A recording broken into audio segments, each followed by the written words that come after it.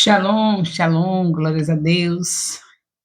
Vamos pegar um pedacinho do capítulo 16, só para repassar.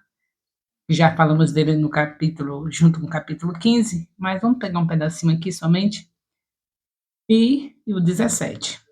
Creio que vai ser bom juntar, porque são capítulos pequenos e que você já conhece bastante. Pai, muito obrigado por mais um discipulado nesse Ministério Apostólico Internacional aqui de Jerusalém, discipulado semanal, porque o Senhor requer o número 7 nas nossas vidas, você tem provado isso, a eficiência do número 7, e até a ciência já prova isso, de 7 em 7 dias é necessário um renovo.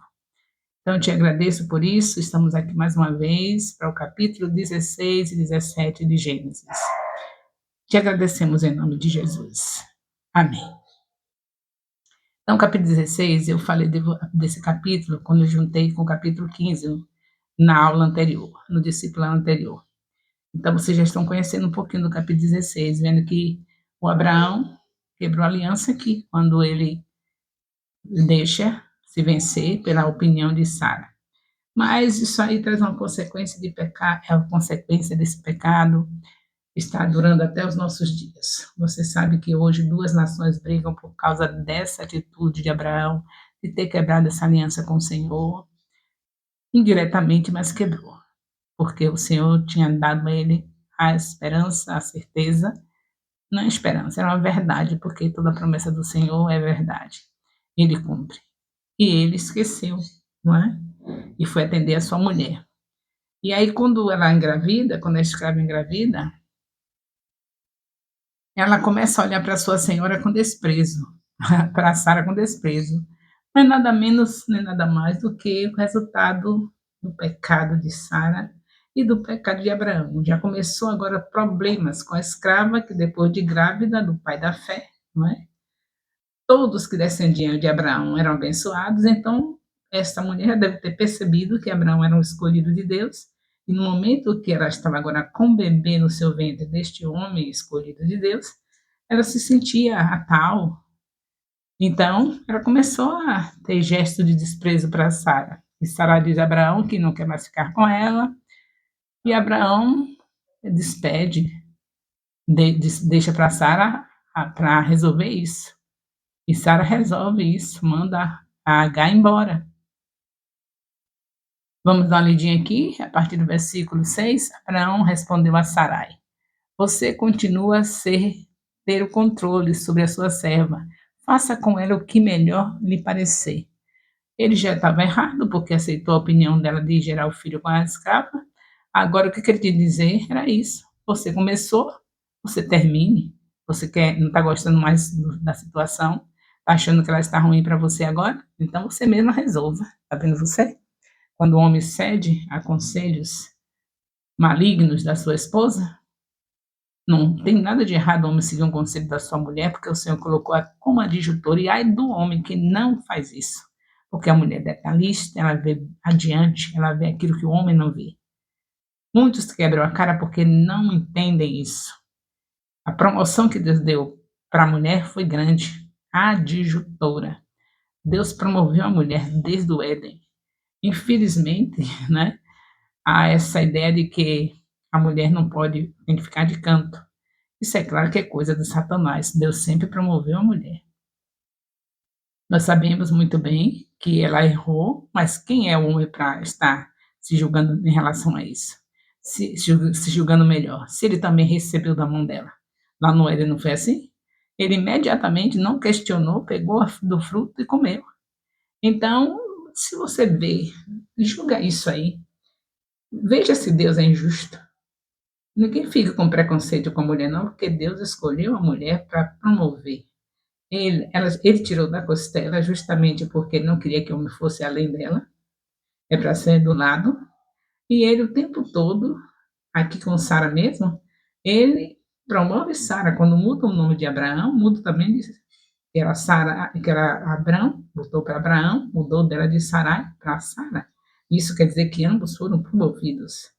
Eu não sei de onde veio essa ideia de que a mulher é a pior das piores, não existe. Quando você vê Paulo falando a Timóteo, e também Paulo falando na carta aos Coríntios, capítulo 14, e falando também a Timóteo sobre a mulher, ele está falando por causa do ambiente que ele estava. Ele estava no meio de gregos, e os gregos tinham o costume, grego não era filho de Deus, não era uma nação abençoada, era um povo que não tinha nada a ver com Deus. Mas alguns deles se converteram, que o evangelho veio para quem aceitar. Veio para os judeus e qualquer outro que aceitar.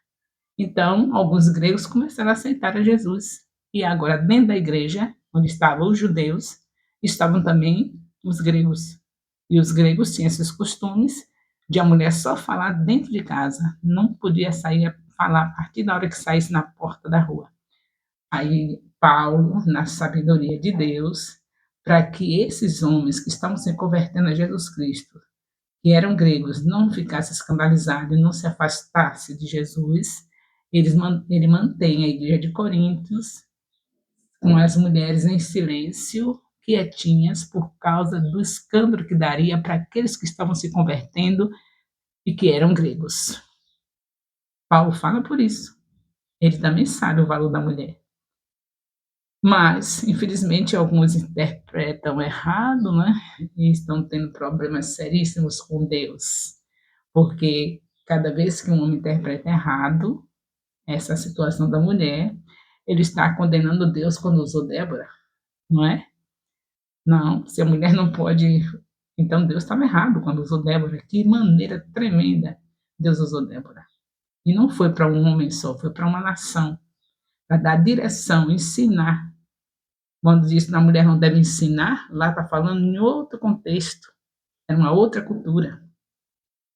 E a cultura só foi sido considerado isso porque alguns dessa cultura estavam se convertendo, para não escandalizá-los.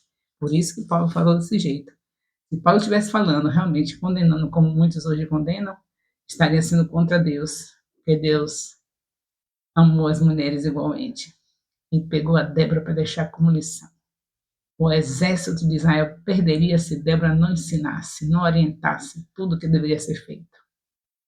Então, queridos, aqui está mais uma vez uma lição para nós aqui dentro desse capítulo. Deus ama as mulheres. Elas erram, mas elas têm valor. E aqui, quando a nossa querida Sarai erra, Abraão viu que ela tinha ensinado errado, né? Essa altura ele já devia ter percebido. Ele era um profeta, ele tinha um espírito de Deus, então ele já deve ter percebido, aí diz, agora você continua, minha filha, você já fez o erro, já me levou a errar, você mesmo resolva esse problema. E a Sarai faz isso.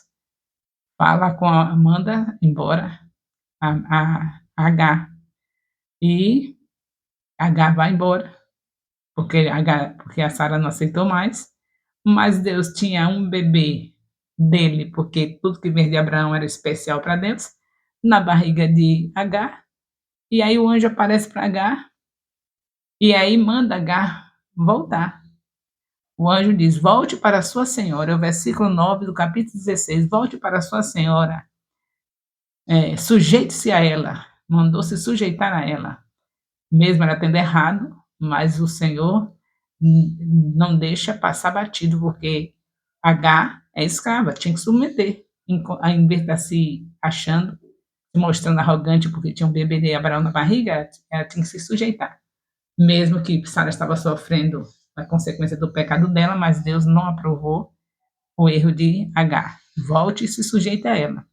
E assim ela fez. E agora nós vemos que nasce, nesse capítulo 16, nasce o Ismael. Estou agora já no fim do capítulo. Estou destacando as partes mais importantes. Vocês que estão com tempo à vontade para fazer a leitura completa, façam, porque eu estou dependente de um vídeo de pouca duração.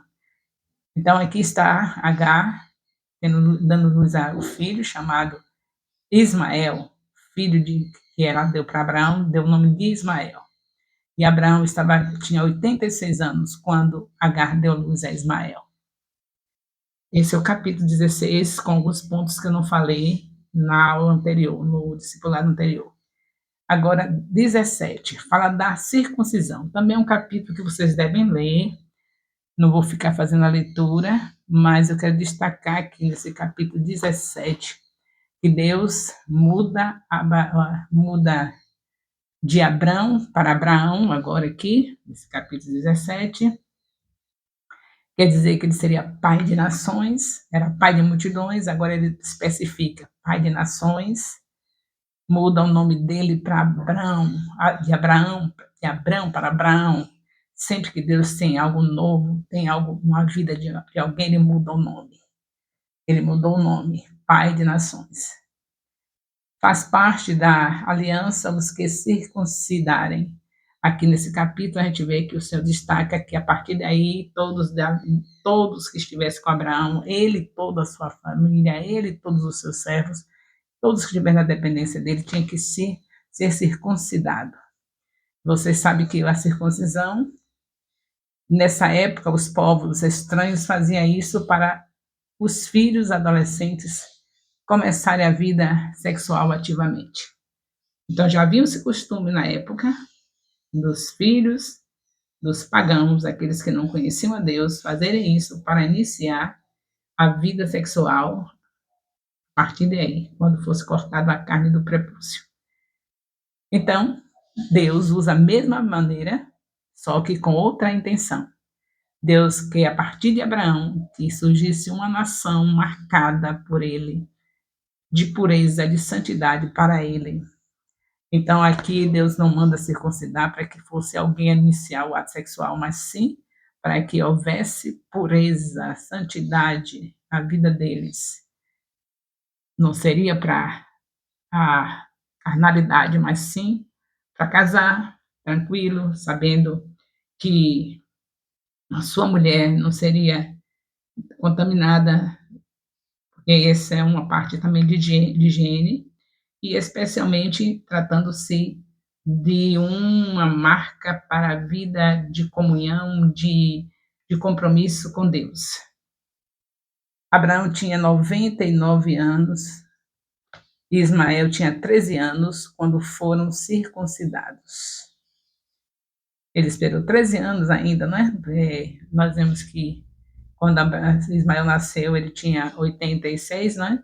E agora ele já está com 99 anos. E Ismael tinha 13 anos quando foram circuncidados. Louvado seja Deus, porque o nosso Deus é o Deus de compromisso, um Deus de aliança e marca. Os seus aliançados são marcados, são separados para viver para Ele. Deus aqui se apresenta para Abraão como El Shaddai, o Todo-Poderoso. No momento da caminhada, cada vez mais Abraão vai se afastando daquela imagem da idolatria dele, dos deuses dele. Agora ele já está entendendo Deus que chamou a ele não somente como um Deus criador dos céus e da terra, mas assim como um poderoso Deus. El Shaddai quer dizer Todo-Poderoso.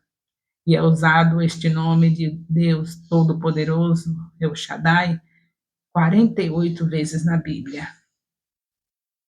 Então, toda vez que Deus muda o nome de alguém, não é muda por mudar, muda porque esse alguém é para estar mudando, muda o nome para poder estar mudando a história da pessoa. E tem que entender isso. O meu nome foi mudado de Raimunda para Rai. Meu esposo que mudou.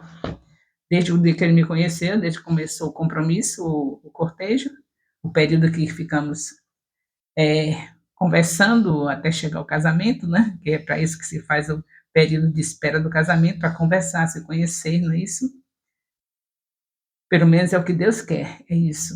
Então, nesse período, ele já começou a me chamar de Rai. Fez uma mudança no meu nome. Eu estava casando com o profeta Elias, e Deus mudou o nome para Rai, e para alguns conhecedores da ciência sobre os nomes, diz que Rai significa vitória.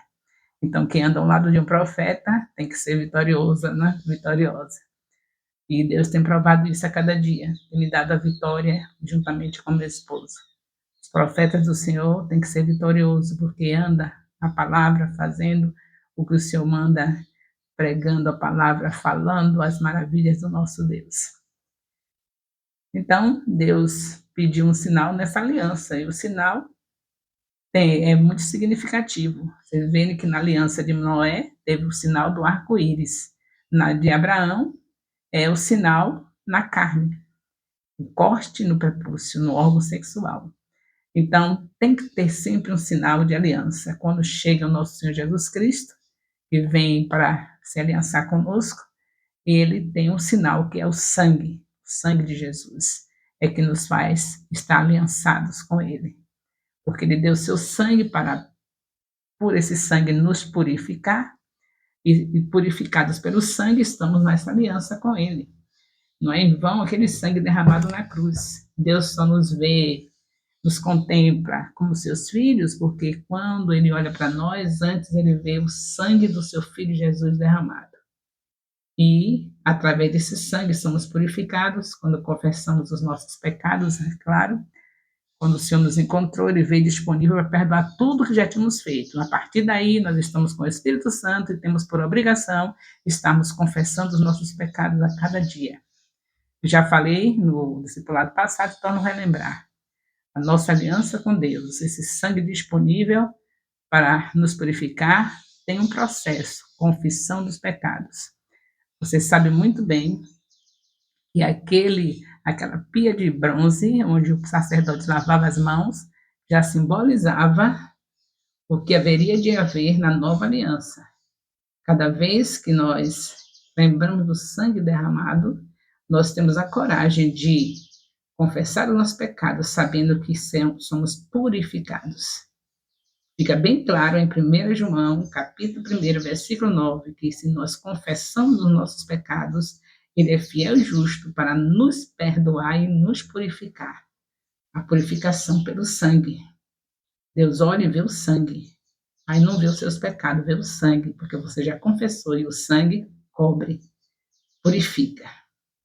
Então vivamos a aliança com o Senhor Jesus Cristo, sempre contando para outras pessoas o que ele fez.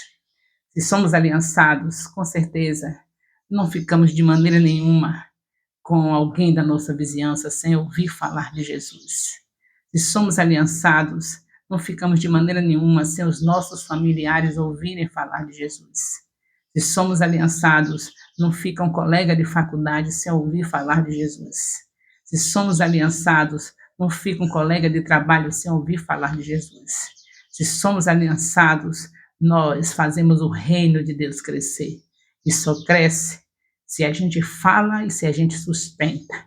Porque a gente fala com a nossa boca, ganha as vidas e precisa que haja dinheiro, dízimos, ofertas, primícia, para que nós possamos cada vez ir mais longe. Já falamos para a vizinhança, já falamos para os familiares, já falamos para os colegas de faculdade, já falamos para os colegas de trabalho. E onde vamos agora? Mais distantes.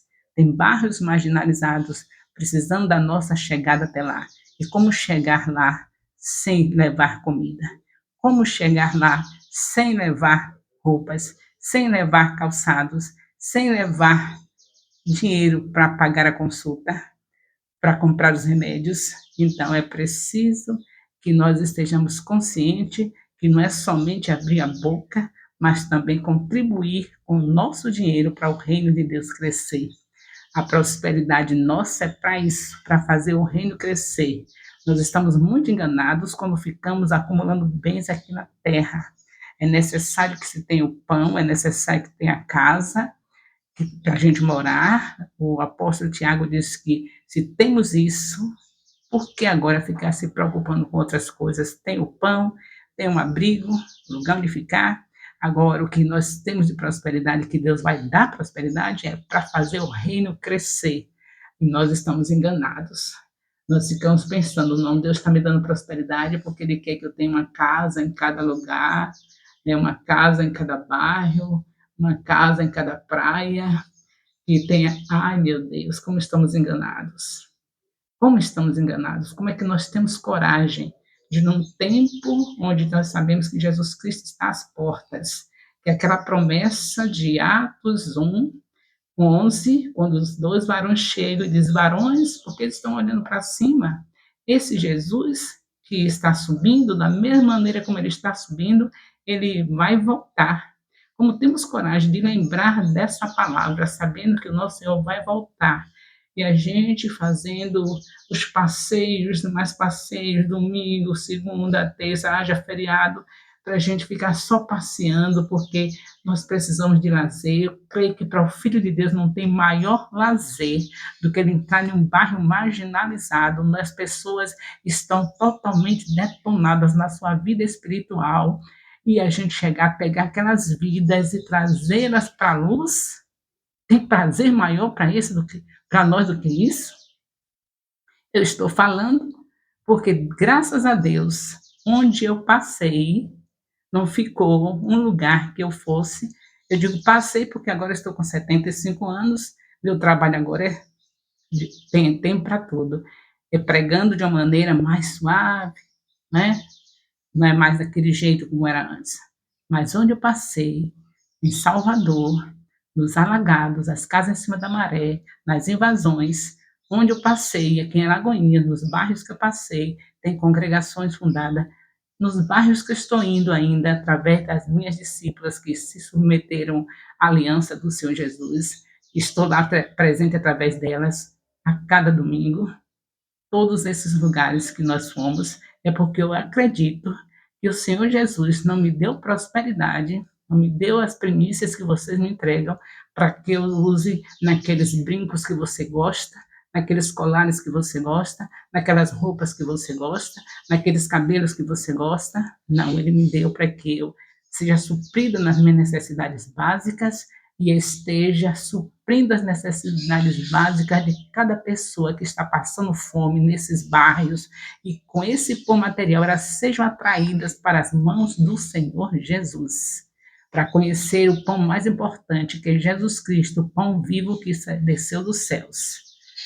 Então, queridos, eu acho que aqui já é suficiente para a gente entender que essa aliança aqui, essa circuncisão, a aliança que foi feita ali em Gênesis 15, essa circuncisão aqui nesse capítulo 17, era uma marca de uma nação que deveria viver desse jeito, amando ao Senhor, ganhando vida, se espalhando pelo mundo.